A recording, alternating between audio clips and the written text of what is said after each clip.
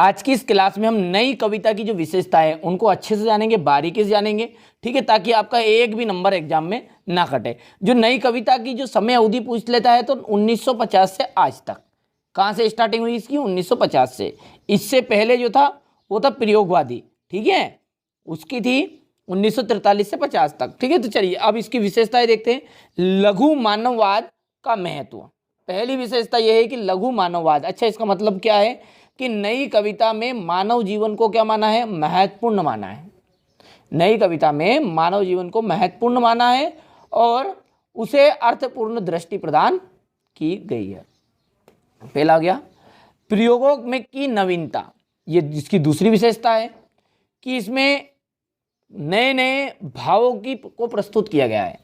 प्रयोग मतलब है प्रैक्टिकल, जो था नए नए भाव, अलग अलग तरीके के अंदाज इस युग की कविता में दिए गए हैं। तो इस युग की कविता में नए नए भावों को प्रस्तुत किया गया है। बिंबों की खोज।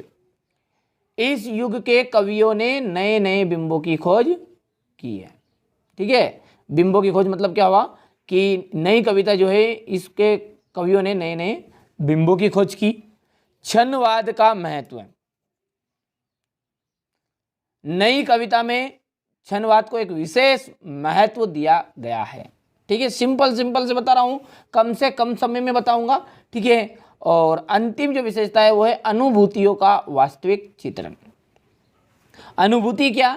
ठीक है, जो भी अनुभव है जीवन का उसका वास्तविक चित्रण इन नई कविताओं में किया गया है। ये मतलब इस युग की कविता में मानव एवं समाज दोनों की अनुभूतियों का सच्चाई के साथ और वास्तविक चित्रण किया है, ठीक है।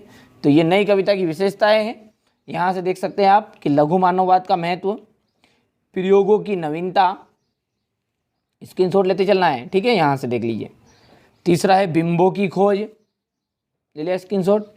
चौथा है क्षणवाद को महत्व, और अंतिम है आपका अनुभूतियों का वास्तविक चित्रण, ठीक है। कम से कम समय में मैंने आपको यहाँ पर ये विशेषताएं प्रोवाइड कराई है, ठीक है, सारी, वो भी नोट्स के साथ।